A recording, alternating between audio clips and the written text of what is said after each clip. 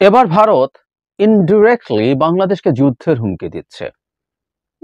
যুদ্ধের হুমকি হয়তো কারো কারো কাছে একটু বেশি বলে মনে হবে, কিন্তু যে ভাষায় কথা বলেছেন ভারতের প্রতিরক্ষা মন্ত্রী জনাব রাজনাথ সিং, এটাকে সেভাবে দেখার দরকার আছে। সেটাকে আমরা সেভাবেই দেখব। প্রশ্ন হচ্ছে, ভারত এই রকম একটা সময়, যে সময়ে বাংলাদেশ ভারত সম্পর্ক খুবই টাফ একটা সিচুয়েশনের মধ্য দিয়ে যাচ্ছে, সে সময়ে ভারত কেন এই ধরনের রেটরিক ব্যবহার করছে?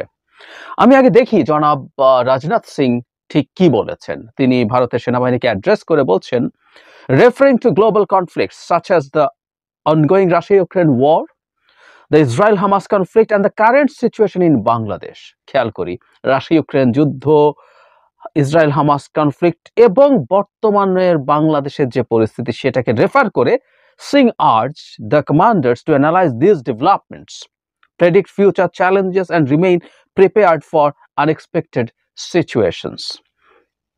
এগুলো করে তার কি কি কমান্ডারদেরকে কি বলেছেন, যে ডেভেলপমেন্ট গুলো হচ্ছে সেগুলো অ্যানালাইজ করতে, চ্যালেঞ্জ গুলো প্রেডিক্ট করতে এবং প্রিপেয়ার থাকতে for unexpected situations, which is very important.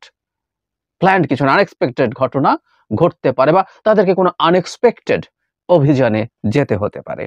He also highlighted the need for a comprehensive analysis of issues along the northern border and in neighboring countries, which are posing a challenge to peace and stability in the region. North বর্ডারের কথা বলছেন, ওখানে কে আছে আমরা জানি বুঝি, এবং neighbouring countries. কিন্তু যে জায়গাটা জরুরি সেটা হচ্ছে তিনি বর্তমান বিশ্বের প্রেক্ষাপট বোঝাতে গিয়ে রাশিয়া ইউক্রেন ওয়ারের কথা বলছেন, যেটা ভারতের সীমানা থেকে বহু দূরে হচ্ছে। তিনি ইসরায়েল হামাস কনফ্লিক্ট, এটাও সীমানা থেকে বহু দূরে। ভারত তো আর আমেরিকা না যে এয়ারক্রাফট ক্যারিয়ার নিয়ে তার ফ্লিট নিয়ে সে কোনো দেশ আক্রমণ করতে যাওয়ার মতো পরিস্থিতি তার আছে। এর সাথে সে ওগুলোর কথা উল্লেখ করছে, এর সাথে সে বাংলাদেশের কনফ্লিক্টকে নিয়ে এসছে। তার মানে এই ঘটনাগুলোকে ইন্ডিকেট করে তিনি বলছেন, যেটা বলেছেন আবারও বলি, কমান্ডার থেকে বলছেন ডেভেলপমেন্ট অ্যানালাইজ করতে, চ্যালেঞ্জ প্রেডিক্ট করতে এবং আনএক্সপেক্টেড সিচুয়েশনের জন্য প্রিপেয়ার থাকতে। তার মানে আনএক্সপেক্টেড ঘটনা ঘটতে পারে, এর মধ্যে বাংলাদেশও একটা ফ্যাক্টর। সুতরাং কিছুটা ইনডিরেক্টলি তো বটেই, কিন্তু বাংলাদেশকে এক ধরনের আক্রমণ বা যুদ্ধের হুমকি দিচ্ছে ভারত, কোনো সন্দেহ নেই। প্রশ্ন হচ্ছে, ভারত কি আসলে বাংলাদেশের সাথে যুদ্ধ করার মতো পরিস্থিতি আছে বলে মনে করে? বাংলাদেশ কি ভারতকে অ্যাটাক করতে পারে কোনো কারণে? উত্তর হচ্ছে নো। বাংলাদেশ ভারতের সাথে যদি যুদ্ধ মানে খুব অল্প সময়ের মধ্যে, আমরা টেকনিক্যালি যদি চিন্তা করি, শর্ট এবং মিড টার্মেও কয়েক বছরের মধ্যে যদি বাংলাদেশের সাথে ভারতের যুদ্ধ হয়, সেটা বাংলাদেশ ভারতের আক্রমণের, ভারতের আগ্রাসনের প্রতিরোধ করার জন্য যুদ্ধটা হবে। এটার মধ্যে কোনো রকম কোনো কনফিউশনের কোনো রকম কোনো কারণ নেই। মানে বাংলাদেশ ভারতকে অ্যাটাক করছে। ধরুন বাংলাদেশে এই মুহূর্তে স্টুডেন্টরা ভার্সিটিতে কখনো কখনো চিকেন নেক নিয়ে স্লোগান দিয়েছে, এটা স্টুডেন্টদের এক ধরনের আবেগের স্লোগান, এটাকে খুব সিরিয়াসলি দেখার কিছু নেই, জাস্ট একটা রেটরিক। সো বাংলাদেশ মানে এগিয়ে গিয়ে ভারতের কোনো একটা জায়গায় আক্রমণ করে বসবে কোনো সম্ভাবনা নেই। তার মানে ভারত বাংলাদেশে আক্রমণ করার, মানে যুদ্ধ মানে হলো ভারতকে বাংলাদেশ আক্রমণ করতে হবে। সম্ভাবনা কি আছে? করবে কি? আমার কাছে এটা একেবারেই মনে হয় না ভারত অন্তত শর্ট এবং মিড টার্মে বাংলাদেশকে আক্রমণ করার কোনো বাহানা তৈরি করবে বা আক্রমণ করবে। কারণটা খুব সোজা, সেটা হচ্ছে বাংলাদেশকে আক্রমণ করে ভারত খুব সহজে সামলাতে পারবে না। মানে একটা বিরাট শক্তিশালী সেনাবাহিনী নিয়ে আপনি একটা দেশকে বম্বিং করে ক্ষয়ক্ষতি করতে পারেন, কিন্তু দখল করে নেয়া বা সিগনিফিক্যান্টলি জয়লাভ করা বেশ কঠিন। এরকম মানে এই যে ইসরায়েল হামাসের কথা বলছিলেন, এত আধুনিক সেনাবাহিনী, পৃথিবীর সবচেয়ে আধুনিক সেনাবাহিনী তালিকা করলে তার মধ্যে ইসরায়েলের বাহিনী থাকবে, কিন্তু তারা হামাসের মতো একটা মিলিশিয়া, তাদের সেই অর্থে কোনো ট্রেন মিলিটারি নাই, তার সাথেও যথেষ্ট নাকানি চোবানি খেয়েছে। কিন্তু কি করতে পেরেছে? বোমা হামলা করে ধ্বংসস্তূপে পরিণত করার চেষ্টা করতে পেরেছে গাজাকে। ভারত কোনো কারণে বাংলাদেশকে তা করবে? আমি মনে করি না। ভারতের সেই পরিস্থিতি, অন্তত সেই বিশ্ব পরিস্থিতি ভারতের সামনে আছে।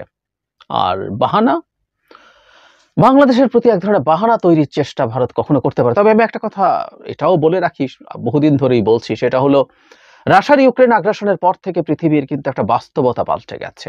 দ্বিতীয় বিশ্বযুদ্ধের পর দেশের সাথে দেশের যুদ্ধ হয়েছে, এক দেশ ভেঙে আরেক দেশ হয়েছে, কিন্তু এক দেশ আরেক দেশের ভূমি দখল করে নিজের সাথে অ্যানেক্স করেনি। রাশিয়া ইউক্রেনের অ্যাটলিস্ট 20% ভূমি তার হিসাব মতে, তার আইন মতে রেফারেন্ডাম, শ্যাম একটা রেফারেন্ডাম দিয়ে সে তার সাথে অ্যানেক্স করে ফেলেছে। সুতরাং বর্তমান বাস্তবতায় পৃথিবীতে এই সম্ভাবনা আমরা আর উড়িয়ে দেব না কোনো দেশ আরেকটা দেশকে আক্রমণ করে তার ভূমি দখল করার চেষ্টা করবে। সুতরাং ভারত ভূমি দখল করার পরিকল্পনায় খোয়াবে, কখনো বাংলাদেশকে আক্রমণ করবে না, এটা আমাদের মনে করা ঠিক না, সেই সম্ভাবনা আছে। কিন্তু এই মুহূর্তে কি আছে, বাংলাদেশে যা হচ্ছে উনি ওইদিকে নজর রাখতে বলছে আর বাংলাদেশে নজর রাখতে বলছে। এই মুহূর্তে বাংলাদেশের মাটিতে যা ঘটছে তাতে নজর রেখে ভারতকে আনএক্সপেক্টেড পরিস্থিতির জন্য কমান্ডারদেরকে প্রস্তুত হতে কেন বলা হবে? কি ঘটছে বাংলাদেশে এখন? বাংলাদেশ শেখ হাসিনার এক খেদায়া দিচ্ছে, শেখ হাসিনা পালিয়েছে ভারতে।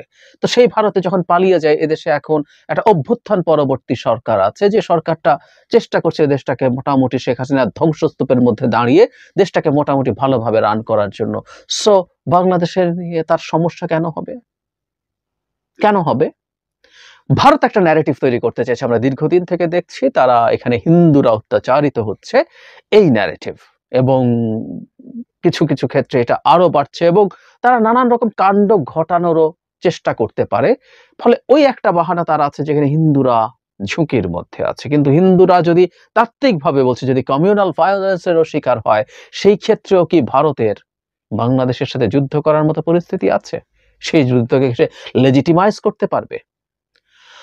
রাশিয়াকে আমরা যারা সঠিক বলে মনে করেছি ইউক্রেনের ক্ষেত্রে, তাদের কাছে আবার ইন্ডিয়ার যুক্তিটা যৌক্তিক মনে হতে পারে। এই দফা ইউক্রেন আগ্রাসনের আগে কিন্তু রাশিয়া দীর্ঘদিন থেকে ক্রিমিয়া সে 2014 সালে অ্যানেক্স তো করেছেই, আর ইউক্রেনের দুটো অঞ্চল ডনবাসের ডোনিয়াস্ক এবং লুহান্সকে সে প্রক্সি যুদ্ধ করে গেছে, ওখানকার লোকজনকে অস্ত্র দিয়েছে এবং বলা হয় ইন ডিসগাইজ রাশিয়ান সোলজারও সেখানে সেই 14 সাল থেকেই যুদ্ধে আছে। বাহানাটা কি? বাহানা হচ্ছে ওই দুটো এরিয়াতে রাশিয়ান স্পিকিং পিপলের উপরে অত্যাচার নির্যাতন করে ইউক্রেনিয়ানরা, সেই বাহানায়। এবং পুতিন মনে করেন পৃথিবীর যেখানেই রাশিয়ান ভাষাভাষী আছে তার অধিকার রক্ষা করা পুতিনের পবিত্র কর্তব্য। এরকম ভাবে তা সে আরো বহু জায়গায়, মলদোভাতে একটা আগ্রাসন সে চালাতে পারে, হতেই পারে।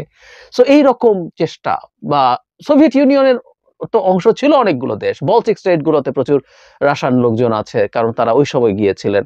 এই বাহানা করে পুতিন কোথাও কোথাও আক্রমণ করে বসতে পারেন, করবেন কিনা এটা ডিফারেন্ট আলোচনা, কিন্তু ওনার ন্যারেটিভটা এটা। ঠিক একইভাবে এখন বিজেপি সরকার, ভারত এভাবে কখনো এটাকে ক্লেম করে, কিন্তু বিজেপি সরকারের কাছে তারা ক্লেম করার চেষ্টা করছে সারা পৃথিবীর যত হিন্দু আছে তার কাস্টাডিয়ান তারা। এই জন্য আমরা দেখবো যে তাদের সিটিজেনশিপ অ্যামেন্ডমেন্ট যে অ্যাক্ট হয়েছে তাতে সারা তার সাবকন্টিনেন্টে ইন্ডিয়ান নেইবারদের মধ্যে যদি নন মুসলিম কেউ, বিশেষ করে হিন্দুরা অত্যাচারের শিকার হয়, তারা যদি ভারতে যায় তারা নাগরিকত্ব পাবে।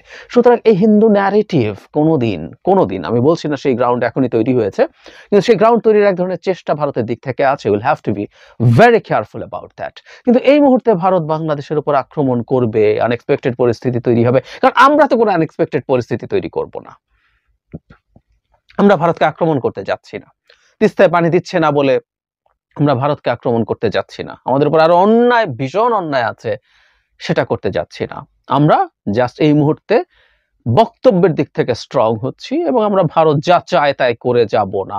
আমরা তার চুক্তি বাতিল করতে পারি, আমরা সীমান্তে হত্যা হলে কঠোরভাবে প্রতিবাদ করতে পারি, আমরা আমাদের ন্যায্য পানির হিস্সা যেটা পাওয়ার সেটার জন্য শোরগোল করতে পারি, সেটাকে ইন্টারন্যাশনাল কমিউনিটির কাছে নিয়ে যেতে পারি। এগুলো কোনোটাই যুদ্ধ করার জন্য লজিক না, এবং মনে হয় না ভারত এখনই তার সে প্রিপেয়ার্ডনেস আছে বাংলাদেশের সাথে যুদ্ধ করার। আর শর্ট টার্মে অন্তত আমাদের যে পরিমাণ মানুষের মধ্যে যে পরিমাণ জাতীয়তা বোধ কাজ করছে, শুধু সোলজারে তো যুদ্ধ হয় না, যুদ্ধ আরো ভিন্নভাবেও হয়, বহু ভিন্নভাবেও হয়।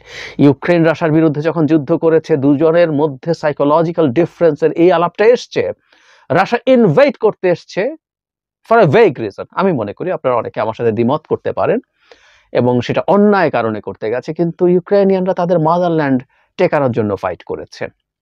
ভিন্ন ভারত এখানে এসে যথেষ্ট বিপদে পড়বে। হ্যাঁ, তাদের ফায়ার পাওয়ার আমাদের চাইতে অনেক অনেক বেশি, তারা চাইলে আমাদের এখানে বহু জায়গায় বহু ধ্বংসযজ্ঞ চালাতে পারবে, তেমন কিছু কিন্তু অর্জন করা সম্ভব না। কিন্তু প্রশ্ন হচ্ছে ভারত তারপরও তাহলে কেন এটা করলো?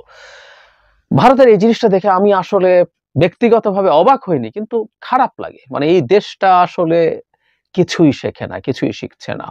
বাংলাদেশ যেহেতু তার লাইন মতে চলছে না, রাদার বাংলাদেশ ভারতকে লাইনে আনার চেষ্টা করছে, একটা রিয়ালাইনমেন্টের চেষ্টা করছে। ভারত যাতে বাংলাদেশকে একটা সভরেন কান্ট্রি হিসাবে বিবেচনা করে এবং সেটার ভিত্তিতে সে তার সাথে আচরণ করে, বাংলাদেশ ভারতকে সেই জায়গায় আনার চেষ্টা করছে। এটা খুবই ন্যায্য চাওয়া। এর মধ্যে ভারতকে অপমান করারও কিছু নেই। ভারতের কাছে আমরা চেয়েছি, তুমি আমাকে একটা কলোনি হিসাবে ট্রিট করলে হবে না। ফর গডস সেক, তুমি আমাকে একটা দেশ, স্বাধীন দেশ হিসাবে চিন্তা করতে হবে। এই দেশে 18 কোটি মানুষ আছে যাদেরকে দীর্ঘদিন অন্যায় অত্যাচারের মাধ্যমে তুমি ক্ষুব্ধ করে তুলেছো। রাদার অতীতের খুব ভুলের জন্য, অপরাধের জন্য ভারতের আমাদের কাছে সরিও বলা উচিত ছিল। সেটা তো দূরেই থাকুক, সম্পর্কটাকে সে একটা ন্যায্য জায়গায় এখনো নিয়ে যাবে, সেই চেষ্টা তার দিক থেকে আমরা দেখছি না। That's very bad. এবং এখন পাল্টা সম্ভবত একটা বার্গেনিং পয়েন্ট এবং আমাদেরকে থ্রেট দিয়ে সে শান্ত করার চেষ্টা করছে যে আমি আমার আনএক্সপেক্টেড যুদ্ধ হতে পারে এই রকম সতর্কবাণীর মধ্যে বাংলাদেশের পরিস্থিতিও বিবেচনা করতে বলছি আমার কমান্ডারদেরকে। ফলে তারা মনে করছে এই যুদ্ধের ভয় দেখে আমাদের সরকার, আমাদের জনগণ কিছুটা ব্যাকফুটে চলে যাবে। ভারত আমাদের আক্রমণ করলে আমাদের কি হবে এই ভয়ে আমরা চুপ হয়ে যাব।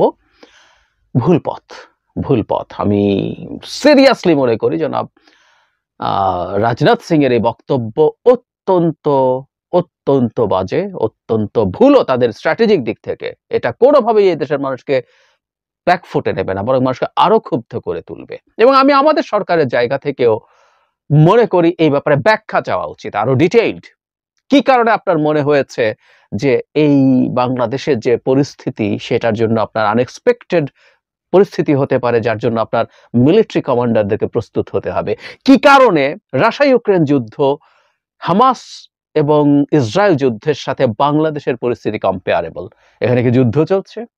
কি হচ্ছে, কি হয়েছে? ভারতকে এই ব্যাখ্যাটা দিতে হবে কেন আপনি ওই দুইটার সাথে এটার প্যারালাল টানছেন। আমি আশা করি আমাদের সরকার এই ব্যাখ্যা ভারতের কাছে চাইবেন। ভারতকে আসলে আমি ব্যক্তিগতভাবে মনে করি যেখানে যেখানে আমাদেরকে নিয়ে তারা সঠিক ট্রিটমেন্ট করবে না, সেখানেই আমাদের জনগণকে তো সিরিয়াসলি কথা বলতেই হবে, আমাদের সরকারকেও বলতে হবে।